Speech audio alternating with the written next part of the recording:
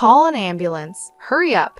My husband, who always irritated me, collapsed on the floor, sweating heavily. The paramedics arrived quickly, checked his condition, and put him on a stretcher. Then they turned to me and asked, "Are you his wife? Can you come with us to the hospital?" My husband, lying on the stretcher, looked at me with pleading eyes. I looked back at him and said firmly, "No, I will not." "What?" he said, sounding confused. "This man is a stranger to me, so I am not coming." "What?" he repeated.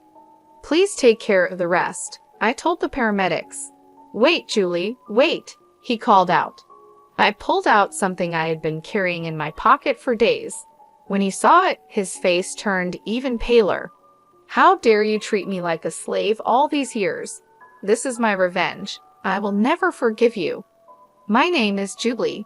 I'm a 37-year-old housewife living in a rented apartment with my husband, Scott. I met Scott through a colleague at work when I was still employed full-time. My colleague had many friends and often invited me to parties. I'm more of an introvert and prefer watching movies or cooking alone. I wasn't comfortable with large group activities, so I kept saying no.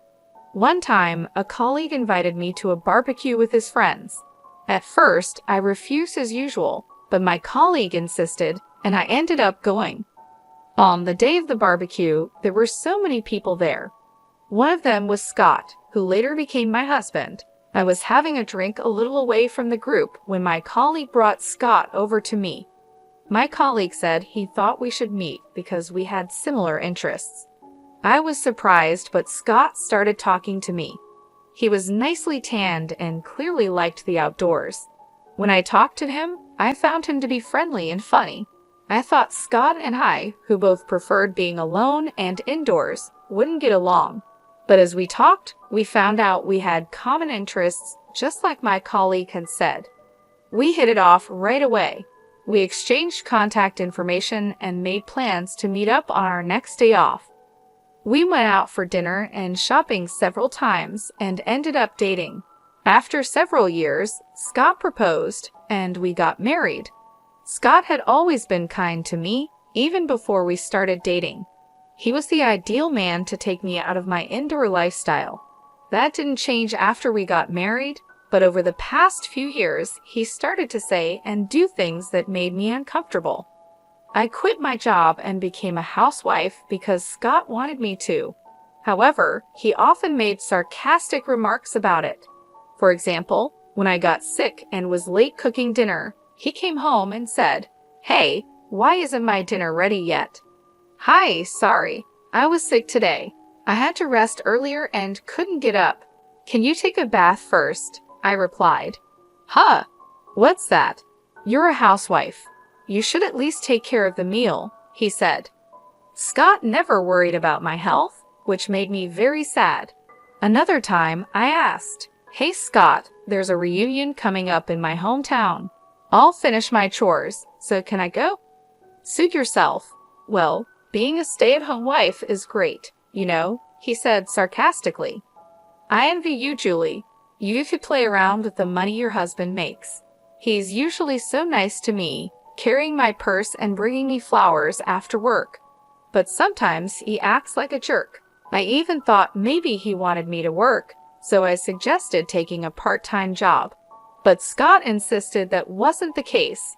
In the end, I was still a full-time housewife.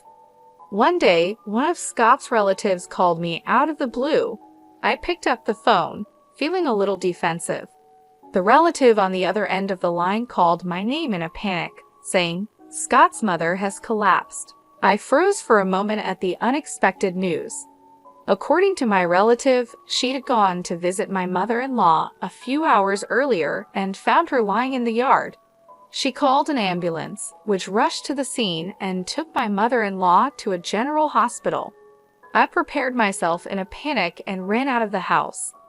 When I arrived at the hospital, I was told her condition was still too unpredictable. As we were talking about this, Scott came running in, out of breath. We moved to the hospital room to check on my mother-in-law.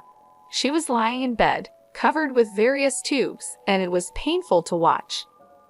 "Mom," my husband called out to her, but of course she did not respond. Scott stayed in the hospital room for the rest of the day, and I decided to go home and get everything we needed for the hospital stay. After a while, my mother-in-law recovered enough to sit up by herself. However, she still needed help with everything. I'm glad she's able to get up. I wonder if she will be able to walk again if she continues her physical therapy. When my mother-in-law's discharge date was approaching next week, I mentioned it to Scott. Then he started to say something I didn't understand. "Oh yeah, are you ready? We'll be leaving this house next week, so you'd better start packing our stuff." I couldn't understand what he meant. Scott seemed annoyed, as if he didn't like my reaction. "We don't need this house since we're going to live with my mom at my parents' house. You are still as dense as ever, aren't you? Does that mean I'm going to live with my mother-in-law after she gets out of the hospital?" I never heard anything about that. What? Did you decide to move in together without talking to me? Have you already canceled the lease on this house? I asked, feeling shocked and upset. My husband became even more grumpy. "Of course, I've already canceled the lease. It's the right thing for us to do as a family, to live together and help her." "Don't tell me you don't want to live with her, do you? I'm the one who makes our living, so I won't accept any complaints," he said, then stopped back to his room. I couldn't believe Scott would take such a hardline approach. I can't believe he's canceling the lease on this apartment. I had no choice but to move out. I knew he was worried about his mother, but this was too much. I sighed deeply. A few days passed, and suddenly I was living with my mother-in-law. I had never been a caregiver before, so everything was new to me. I had to spend most of my day feeding, bathing, and helping my mother-in-law with the bathroom. My mother-in-law didn't want me to take care of her, and she hardly communicated with me. When I tried to talk to her, she would hide in bed, saying she was in pain. When my mother-in-law was healthy, we didn't have a bad relationship.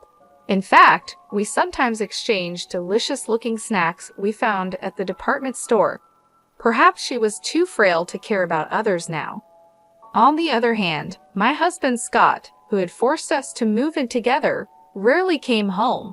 After work, he would go out for drinks and come home in the morning. Even when he had days off, he would find some reason to go out. When he was home, all he did was play video games in his room.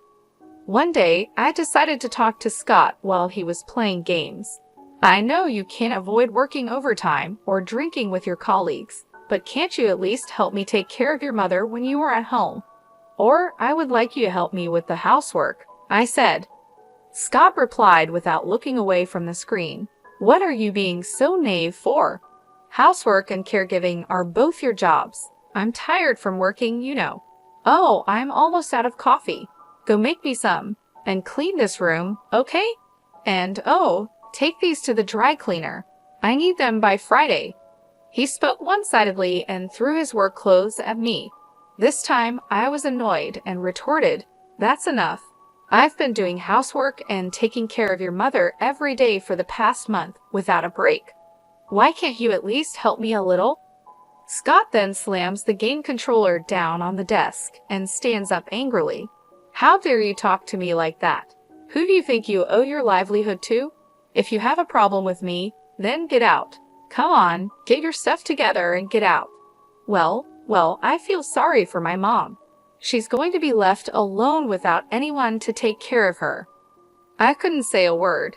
It's true, I only have a little money saved up, and I can't leave my mother-in-law, who can't do anything for herself.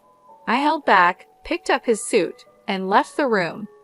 After about 5 months of this difficult life, my mother-in-law suddenly passed away. I woke up in the morning and went to check on her like I always did, but that day she was no longer breathing. I called an ambulance and took her to the hospital, but it was too late. Scott was in tears, but I couldn't cry. I felt cold when I saw Scott crying. I thought to myself, you didn't do anything to help her. When I realized that I didn't have to take care of her anymore, I felt a sense of relief. I felt guilty for feeling that way. Time passed quickly. After the funeral, I suddenly realized that 3 weeks had passed since my mother-in-law was gone. It was time to organize her belongings. After my husband left for work, I started cleaning my mother-in-law's room. I put her favorite clothes and accessories into cardboard boxes one after another. There weren't many, so the work was over soon. Next, I opened the cabinet by my mother-in-law's bedside. There was almost nothing in it, but there was a big can on the bottom shelf. I thought I had seen it somewhere before. It was a can of assorted sweets I had given her when she was still in good health. I wondered why it was there. I opened the lid of the can and found a letter inside. When I picked up the envelope, I saw it was addressed to me. It read, "Dear Julie." I quickly opened it and looked inside. In trembling letters, there was a message for me. "Julie, I am sorry for making you take care of me. I was ashamed of myself for forcing you to work for me every day. I was also ashamed of my son Scott. I know how badly he treated you. Julie, you should leave him and live your life the way you want." My mother-in-law knew everything. She knew her son was selfish and that I was suffering because of it. At the end of the letter, she wrote, "I am glad I was able to spend the last days of my life with you, Julie. Thank you." At that moment, I cried for the first time since my mother-in-law passed away. It felt like everything I had been holding back was flowing out of me. I cried and cried until my tears ran dry. Then I made up my mind. I would divorce my husband. 12 days had passed since I found the letter from my mother-in-law. My husband was still treating me like a slave. "Julie, I'm missing one of my socks." "Where is it?" "Oh, and take my car to the car wash today." "You've got nothing to do, right?" He was going out with his colleagues for golf. I guess he completely forgot, but today was our wedding anniversary. Well, I didn't care about it anymore. "What are you going to do while I'm golfing?" "You can't just sit around, you know. You have to prepare dinner, clean my room, and clean the bathroom. You have a lot to do." His arrogance left me speechless. "Hey, you hear me? Bring me my sock and a jacket. Hurry up, or I'll be late." At that moment, Scott fell to the floor, clutching his stomach. He was in pain and sweating. He told me to call an ambulance, his words coming out with difficulty. I froze, feeling sad about the situation. Scott yelled at me, "Hurry up, you're really useless. Can't even call an ambulance." Hearing these words, I became strangely calm. Then I called 922, and within minutes, an ambulance arrived with paramedics. The paramedics quickly checked Scott's condition and placed him on a stretcher. They turned to me and said, "You are his wife, aren't you? Would you come with us to the hospital?" Scott looked at me with pleading eyes as he was placed on the stretcher. I looked him right in the eye and said, "No, I will not." I said it firmly, without hesitation. "What?" Scott's voice came out as if he had lost his mind. "This man is a stranger to me, so I am not coming. Please take care of the rest," I said firmly. Then I confronted Scott with something I had been carrying in my pocket for the past few days. It was the divorce papers that I had been forced to sign during a fight a while ago. My husband had always told me that if I disobeyed him, he would serve me with the divorce papers. Scott tried to snatch the divorce papers from me, but he couldn't move due to the pain. He had to lean back on the stretcher without any effort. "Excuse me, but please leave now," I told the paramedics, who finally took my husband away. In the ambulance, he must have looked like a poor husband whose wife had given him a divorce. He should be embarrassed. I watched the ambulance leave and then went back to the house. It took a long time, but the divorce papers were accepted, and the divorce was officially finalized. While Scott was in the hospital for a week, I was busy packing my belongings and sending them to my parents' house. One day, I ran into Scott at the grocery store. He looked desperate. "Julie, please don't do this to me. You love me, don't you? Please don't leave me. I admit I've made some mistakes. You listened to me no matter what I said, so I just got carried away," he said, looking completely pathetic. "The divorce is already finalized. It's too late for you to act so fragile. Go ahead and live your life as you please," I replied. He looked shocked, his hands shaking and his face turning pale. "Well, that's that then. Bye," I said, turning away. It had been 5 months since Scott and I had divorced. One day, Scott showed up at my parents' house. He was ringing the intercom and calling out my name so loudly that I had no choice but to see him. Sure enough, he wanted me to get back together with him. "Julie, please, I can't live without you," he pleaded. I looked at him and shook my head. "Scott, we're done. It's over. You need to move on," I said, trying to stay calm. He looked like he was about to cry, but I had no sympathy left for him. He'd made my life miserable for so long, and I was finally free. Scott didn't give up easily. He kept coming back, trying to talk to me, trying to convince me to give him another chance. Each time, I stood my ground. "No, Scott, we're not getting back together. You need to accept that," I repeated over and over. It wasn't easy. There were moments when I felt a pang of guilt, moments when I wondered if I was being too harsh. But then I remembered all the times he had belittled me, all the times he had made me feel worthless. I remembered the letter from my mother-in-law, and I knew I was doing the right thing. One day, I found a new place to live. It wasn't much, just a small apartment, but it was mine. I moved in, set up my things, and started a new chapter in my life. It felt good to be in control, to make my own decisions without anyone telling me what to do. I found a part-time job at a local bookstore. It didn't pay much, but it was enough to get by. More importantly, it gave me a sense of purpose, a reason to get up in the morning. I made new friends, started new hobbies, and slowly I began to rebuild my life. Scott eventually stopped trying to contact me. I heard through mutual friends that he had moved to another city, started a new job. I wished him well, but I was glad he was no longer a part of my life. Looking back, I realized that leaving Scott was the best decision I had ever made. It wasn't easy, and it took a lot of courage, but it was worth it. I was finally free to be myself, to live my life on my own terms. And that was the greatest gift I could have ever given myself. When I kept quiet, he began to tell me about his current life. "I can't cook because you always did all the housework," he said. "Now, I only eat TV dinners or go out to eat." He admitted he had gained 20 pounds since the divorce. It was clear to see the extra weight on his face and stomach. He went on, "I don't know how to do laundry either. My shirts are wrinkled and smell bad, making me look dirty." It was true his clothes were a mess, and he looked unkempt. "I finally realized how much you did for me, Julie. If I don't fix this, people at work won't respect me," he said, starting to cry. But I knew those tears were just to make me feel sorry for him and get me back to being his servant. There was no way I was going back to that life. "If you don't leave, I'll call the police," I said firmly, treating him like a stranger. Scott got scared and left the house, crying. "I'm sure he won't bother me anymore. At least, I hope so. My ex-husband seems to be having a hard life now, but I am doing quite well. I stayed at my parents' house for a while, but now I rent a small apartment and live alone. My standard of living is lower than when I lived with Scott, but I enjoy having my own time and space. I thought it would be hard to find a job at my age, but a friend of mine knew someone who was retiring, and I got a job to take her place. I feel so happy to spend time and money only on myself without anyone telling me what to do. From now on, I want to take care of myself at my own pace. It's the beginning of a new chapter in my life.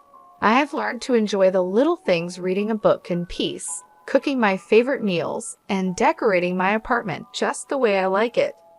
Scott tried to contact me a few more times, but I ignored him. Once, he showed up at my parents' house, ringing the intercom and calling my name loudly. I had no choice but to see him. He pleaded with me, saying, "Julie, please, I can't live without you." I looked at him and shook my head. "Scott, we are done. It's over. You need to move on," I said calmly. He looked like he was about to cry again, but I had no sympathy left for him. He had made my life miserable for so long, and I was finally free. I started making new friends and picking up new hobbies. I joined a book club and started taking yoga classes. I even took a cooking class and learned how to make new dishes. My life was finally my own, and I loved every moment of it. One day, while walking in the park, I ran into an old friend from school. We talked for hours, catching up on lost time. It felt good to reconnect with people who knew me before I was married. It reminded me of who I was and who I wanted to be. Looking back, I realized that leaving Scott was the best decision I had ever made. It wasn't easy, and it took a lot of courage, but it was worth it. I was finally free to be myself, to live my life on my own terms. And that was the greatest gift I could have ever given myself. Every day, I wake up with a sense of peace and happiness. I am no longer bound by someone else's expectations. I am living for myself, and it feels wonderful. I am excited about the future and all the possibilities it holds. From now on, I will take care of myself, follow my dreams, and live my life to the fullest. This is just the beginning of a new and exciting chapter in my life. I am ready to embrace it with open arms.